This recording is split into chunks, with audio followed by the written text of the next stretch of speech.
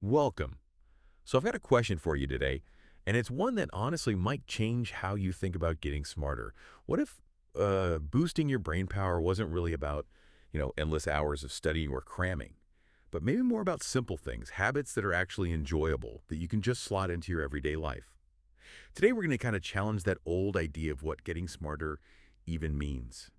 We'll look at how your brain is way more adaptable than you probably think, and how, surprisingly, small choices, if you're consistent, can unlock so much hidden potential. That's exactly right. And our goal here really is to find those practical, easy habits, things you can actually do that make a real measurable difference in how your brain works, your cognitive function, and, well, your overall intelligence.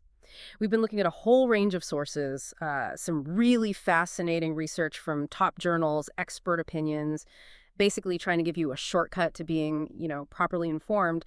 And yeah, we definitely want to bust that myth that intelligence is fixed, right? Or that learning has to be this boring chore. We really think getting smarter can be, and maybe should be, just a natural, ongoing, and actually really rewarding part of life. Okay, so let's dive into that first idea then, because it feels pretty foundational. Mm. This whole concept that learning kind of stops after school or college. Right. What's the science say about keeping our brains, sharp, engaged throughout our whole lives?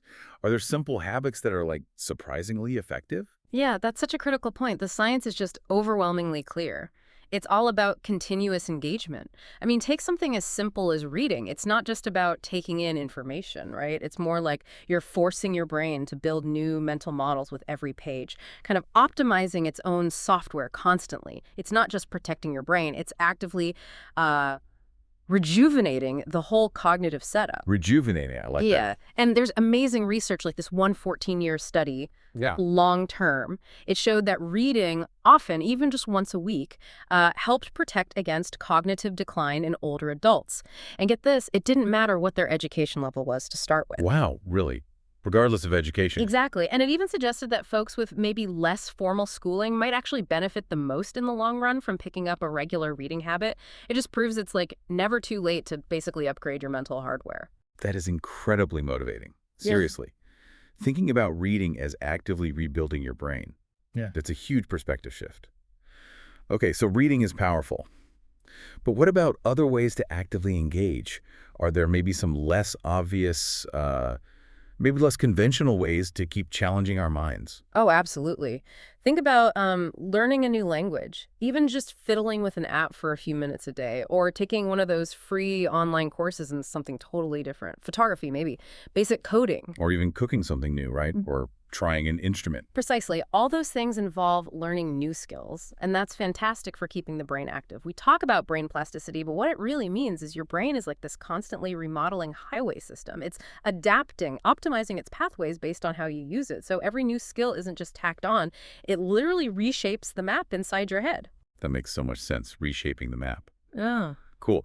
So if we're building these new pathways, reshaping our minds, what about games? For those of us who maybe lean more towards games than textbooks, are these brain games we hear about actually legit? Or is it just clever marketing? No, they are definitely legitimate. There are tons of studies showing that things like chess or Sudoku puzzles, even certain types of video games, especially strategy ones, they can genuinely boost brain power. There are apps too, like Lumosity or Peak. They're specifically designed to target things like memory, focus, problem solving. Right, I've seen those. And there was this one study, I think it was in the Journal of Applied Gerontology. They looked at seniors, and the ones who regularly did crossword puzzles, they had significantly better memory and reasoning skills. So these aren't just, grandma's games or whatever. Keep your brain sharp, doesn't matter how old you are. Strategy games especially, they really push your memory because you have to think on your feet, plan ahead. That's really compelling evidence. Yeah. Okay, so we've got active engagement, reading, new skills, games, check. But what about the mindset? The internal stuff that kind of primes your brain for all this learning. Is there a simple, maybe overlooked internal habit? That's a really deep question, actually, because I think it boils down to curiosity, just being curious. When you genuinely ask why or how, you're not just passively receiving info, you're engaging with it on a much deeper level. It opens your mind up, helps you focus, right? And crucially, you tend to remember stuff more because you're actually interested in finding the answer. Huh. Curiosity as a driver for memory. Yeah, and the Creativity Research Journal even linked being curious directly to, like, thinking outside the box, coming up with innovative solutions. It basically tunes your brain to look for connections and spark new ideas. Okay, asking questions is good, but what about looking inwards, reflecting on our own stuff? Does something like, say, journaling, Yeah. does that actually count as a brain-boosting habit? Oh, it absolutely does. It's kind of fascinating, really. This idea of reflective writing or journaling, it helps you process big ideas, untangle complex problems, mainly because it forces you to articulate your thoughts clearly, put them into concrete words, even just writing. Like, one paragraph a day can start to transform how you think. One paragraph. That's manageable. Totally. It's about turning your daily experiences into actual wisdom, taking a few minutes to jot down what stood out, maybe reviewing it later. It helps you spot patterns you'd otherwise miss, track your progress, and ultimately, make better decisions down the line. It brings this amazing mental clarity you're learning from your own life, which is this massive, often untapped resource for cognitive growth. Right, learning from yourself. I like that. Okay, let's switch gears a bit. We all know exercise is good for us physically.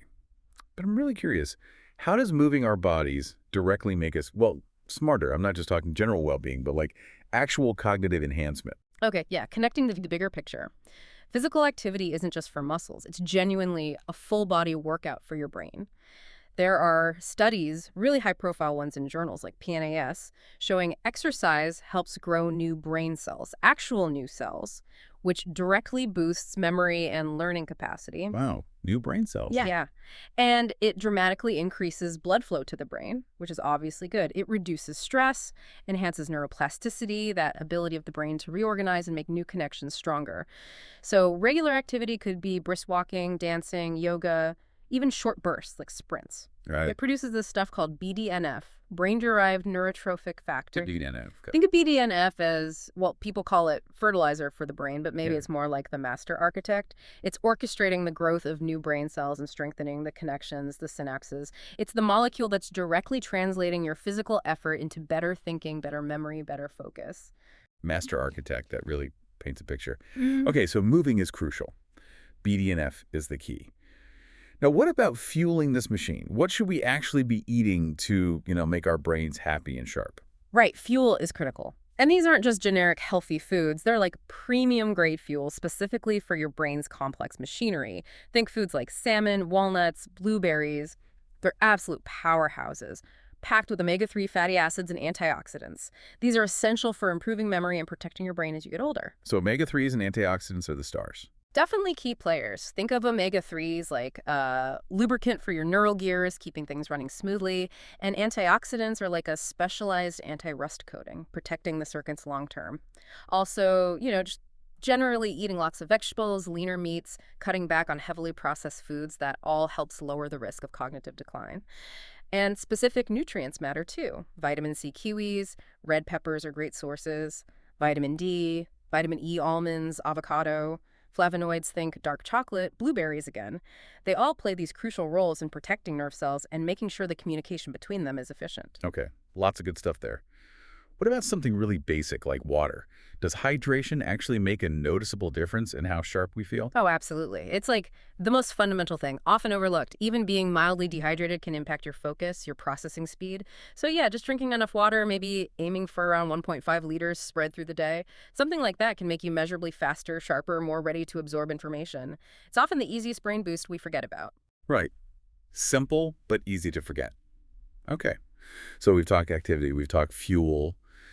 What about rest? What happens when we, switch off the lights? Does that late night TV binge really mess with our cognitive function the next day? Or is sleep maybe a bit overrated? Oh gosh, no, sleep is absolutely vital. It's not just downtime, it's prime time for your brain. That's when it recharges, processes everything you encounter during the day, and crucially consolidates memories, makes them stick. If you consistently don't get enough sleep, even just, partial sleep deprivation, like getting 5 or 6 hours instead of 7 or 8, it directly impairs your memory, your attention span, your alertness, judgment, decision-making. It affects everything. Okay, so memory consolidation happens during sleep. What else? Well, here's something really cool. Your brain has this cleaning system. It's called the glymphatic system, and it actively removes waste products that build up during the day. Things like beta amyloid, which is strongly linked to neurodegenerative diseases like Alzheimer's. And this cleaning process, it happens mostly during deep sleep. Wow, a cleanup crew while we sleep. Exactly. So if you consistently skimp on sleep, your brain doesn't get that essential cleanup. Toxins can potentially build up over time. So aiming for that sweet spot, usually 7 to 9 hours of quality sleep, and maybe trying to limit screen time right before bed. It's absolutely essential for peak brain function and long-term health. That lymphatic system idea is pretty powerful. A nightly brainwash, literally. Okay. Now, I've heard that saying, you're the average of the 5 people you spend the most time with. Does that actually apply to intelligence too? Can our social circle literally make us smarter or dumber? It's a fascinating connection, isn't it? And yeah, there's definitely something to it. Intelligence, or maybe more accurately, intellectual curiosity and engagement, seems to be somewhat contagious. If you surround yourself with positive, knowledgeable people, especially folks who challenge your thinking, who talk about ideas, progress, solutions, it can significantly elevate your own thinking. Your problem-solving skills get sharper. So it's like their way of thinking rubs off. Kind of, yeah. They don't just maybe inspire you with cool ideas, they expose you to different perspectives, different ways of tackling problems. It's really about consciously choosing to spend time with people who are, building things, learning things, doing things, rather than maybe those who just complain or are kind of stuck. Their mindset, their energy, it influences your own approach to learning and growth. Makes sense. Choose your company wisely. Okay, what about distractions? I think we're all guilty sometimes of, mindlessly scrolling on our phones or binge watching something just to zone out.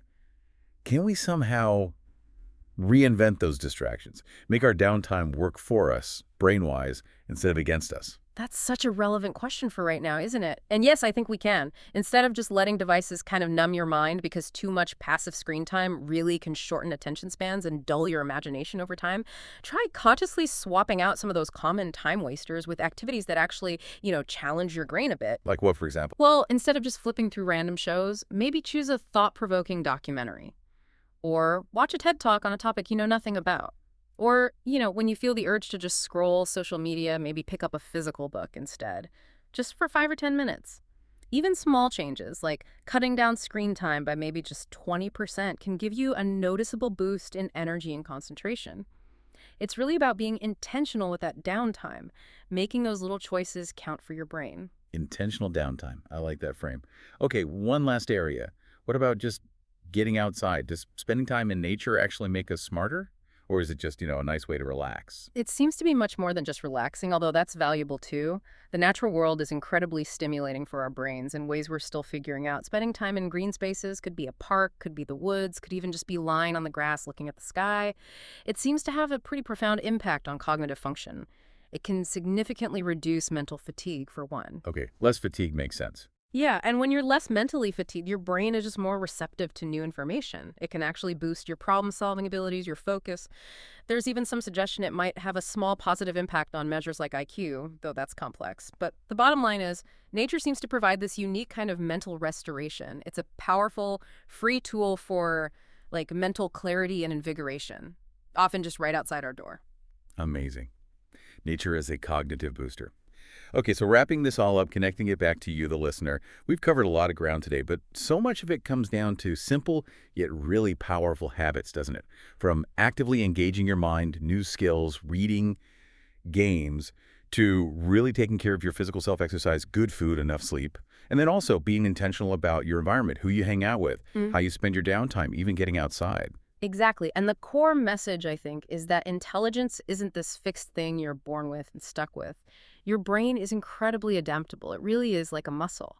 And with consistent, intentional effort, it can grow stronger, more flexible, more capable throughout your entire life.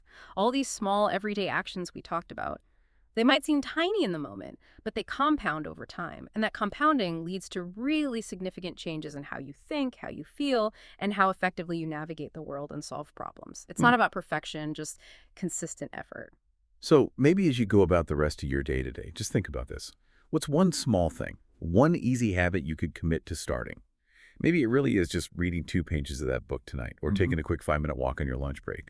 Or maybe just before you fall asleep, ask yourself one challenging why question about something you learned today, little by little, right? These consistent choices can genuinely transform your mental landscape, lead to a sharper, more vibrant mind. Absolutely. Your journey to a smarter, more capable you, it really does begin with that single intentional step, whatever that step is for you. We're honestly excited for you to start building those smarter habits, maybe starting right now.